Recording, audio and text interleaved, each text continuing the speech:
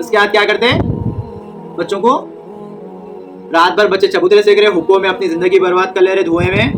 اس کے بعد پھر کیا کرتے والدین ارے بھائی بچہ سن رہا نہیں پڑھ رہا نہیں. اس کے بعد سیدھا کیا کرتے جیسا انٹر پاس ہوئے پاسپورٹ بناتے تھوڑے دن ڈگری نکالو بیٹا ڈگری نکالو تم کو یہ کرتا ہوں وہ کرتا ہوں لالچ آتے کہ ڈگری نکالنے لگاتے جیسا ڈگری ہوتا اٹھا کے باہر بھیج دیتے. ہمارے پاس دبئی تو بھی بھیج دیتے بجٹ کے حساب سے کام ہوتا. کبھی کوئی بچے دبئی کو چلے جاتے تو کوئی بچے یو ایس اے یو کے وہ بھی پڑھنے والے بچے جو رہتے نا یو ایس یو کے ادھر جاتے.